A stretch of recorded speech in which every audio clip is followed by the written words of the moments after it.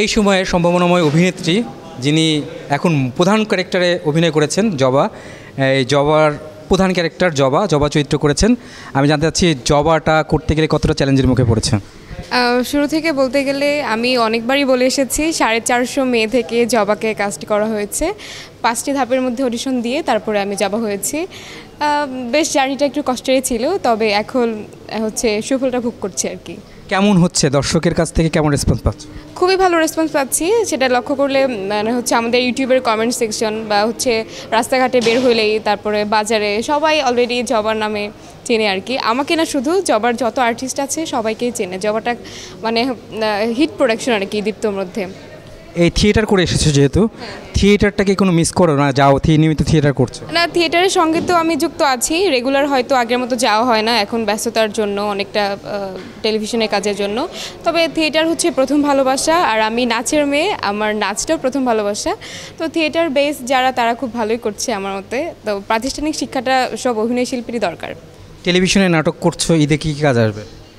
ঈদে কাজগুলো আগামীতেই জানাবো, আরও কিছুদিন পরে জানাবো। আর জবাটা ইতিমধ্যেই শেষের পথে, তো একটি নাটক শেষ হলে তো আরেকটি শুরু হয়। এখন এসেছি হচ্ছে দেনা পাওনার সূচনার প্রোগ্রামে, দেনা পাওনার জন্য শুভকামনা রইল। আর ঈদে বেশ কয়েকটি কাজ আসছে, আমি সবাইকে জানাবো, আপনারা সবাই আমার জন্য দোয়া করবেন। বড় পর্দার স্বপ্ন থাকে অনেকে নায়িকা হওয়ার, সেরকম স্বপ্ন নিয়ে কি চলা হচ্ছে সামনে? নায়িকা হবার স্বপ্ন বলতে, নায়িকা তো অলরেডি হয়ে গেছি, তো লিড কাস্টিংয়ে কাজ করছি, জবার নাম ভূমিকায় কাজ করছি। তো সেক্ষেত্রে বড় পর্দায় সবারই স্বপ্ন থাকে, ছেলে মেয়ে উভয়েরই। আমারও খুব একটা স্বপ্ন আছে, যদি কিনা ব্যাটে বলে মিলে অবশ্যই কাজ করতে চাই। এই অভিনয়ের যে একটা শেখাটা, এই শেখাটা থিয়েটার থেকে শেখার পর যখন এখানে আসে অনেকে না শিখে আসে, দুটোকে পার্থক্য করে কি? আচ্ছা, জিনিস আমি একটু অ্যাড করি, সেটা হচ্ছে আমাদের যখন গ্রুমিং করা হলো এখানে জবা হিসাবে, যখন আমি কাস্টিং হই, তো তখন কিন্তু তারা খুব ভালো আমাদেরকে গ্রুম করেই নিয়েছে।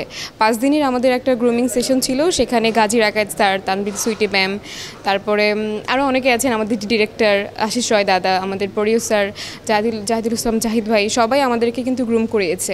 তো সেক্ষেত্রে বলবো অভিনয়টাই আসল না, অভিনয়ের আগে ভালো মানুষ হতে হবে, তারা আমাদেরকে এটাই শিখিয়েছে। সেজন্যই হয়তো আজকে আমাদের সাকসেসফুল হয়েছে জার্নিটা। আসলে ফিল্ম যদি করো তাহলে বিপরীতে কাকে চাও?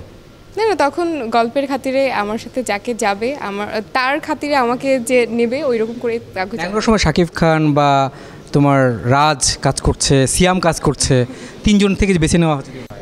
না, এখন তো বলতে পারবো না, যেহেতু আগামীতে দেখা যাবে আর কি। যদি এরকম পরিস্থিতি হয়, এরকম যদি সুযোগ পাই, তাহলে 3 জনের সাথেই করব। এখনকার পছন্দের অভিনেত্রীকে? অভিনেত্রী জয়া হোসেন, সুবর্ণা মুস্তফা ম্যাম, এদেরকেই ভালো লাগে, এদেরকেই আমি অনুপ্রেরণা হিসেবে নেই। আর না, এই হিসেবে অভিনেতা হিসেবে মুশাররফ করিম ভাই আছে, চঞ্চল চৌধুরী ভাই আছে, তাদের সবাইকে খুব বেশি ভালোবাসি, খুব ভালো লাগে তাদের অভিনয়।